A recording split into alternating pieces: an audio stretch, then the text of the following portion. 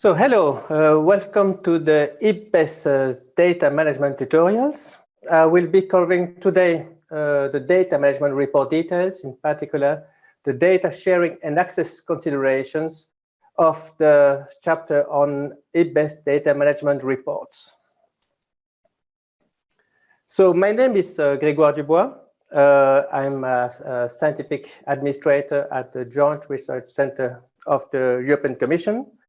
And I'm a member of the task force on data and knowledge within IPBES. So today we are going to cover first the general guidelines about data sharing and access.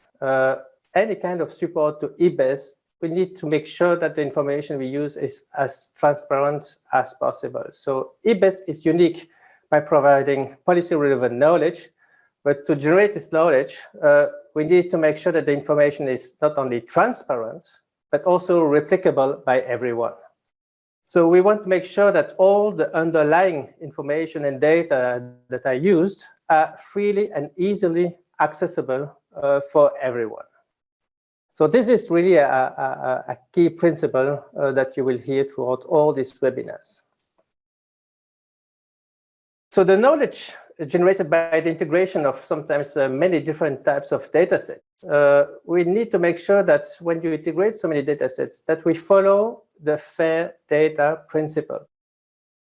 So this is going to be repeated all over, and I will repeat it again. Fair data need to meet the principles of findability, accessibility, interoperability, and reusability.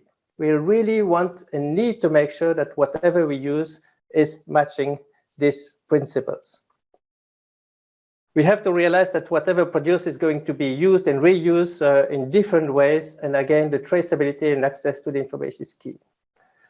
To make sure that we have robust foundations to make sure that this data can be reused, licensing and restrictions need to be really clearly set. So the data, that's the default situation. The data need to be open and public. They need to be in machine-readable format, available at no cost, and they should be provided in such a way that the data can be reused so that it can be integrated and intermixed with other types of data sets. It's a basic principle and fundamental principle in any kind of research, really.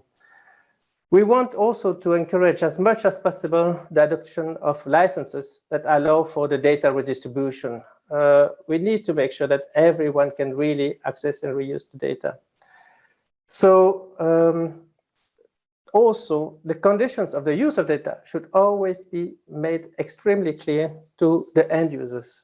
There are potentially tens of experts who are going to use the same data set, and we need to make sure that they understand really what they have in their hand and the conditions of use. So the data licenses that need to be adopted, they need to be as open as possible.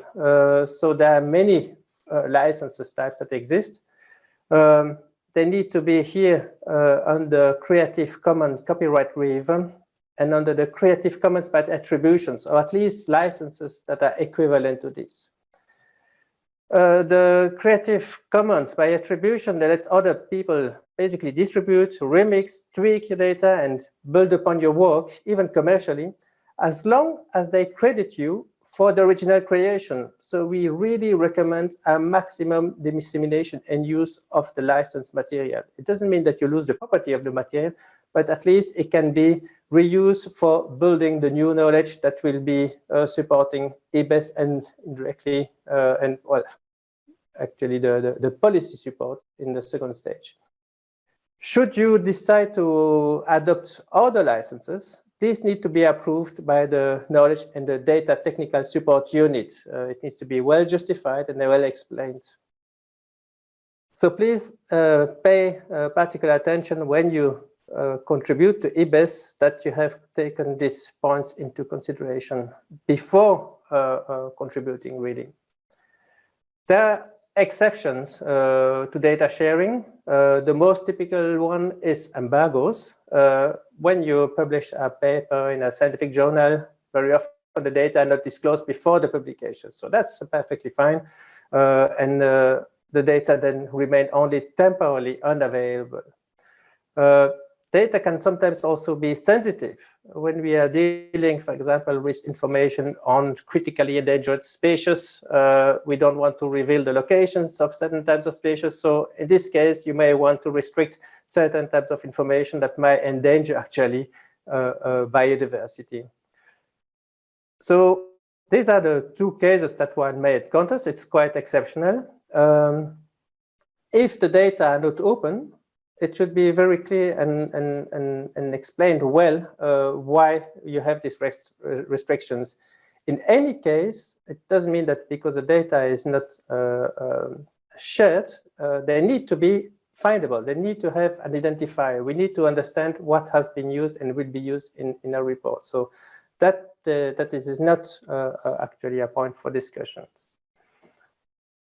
So data must be discoverable and accessible before use. So this is what I just stressed, is that we need to make sure that we can retrieve what has been used and make sure that there is no ambiguity about the material used. So this is why these digital object identifiers, the so-called DOIs, are so important.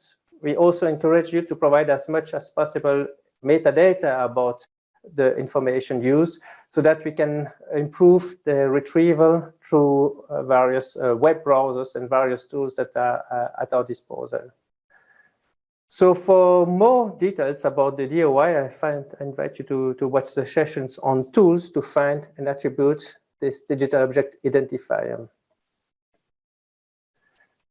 So thank you for your attention. I wanted also to thank the contributors to this presentation who are listed here. Please remember all the time we have a technical support unit that can be contacted for further inquiries. You have the email address down on the left of this slide. Thank you again for your attention.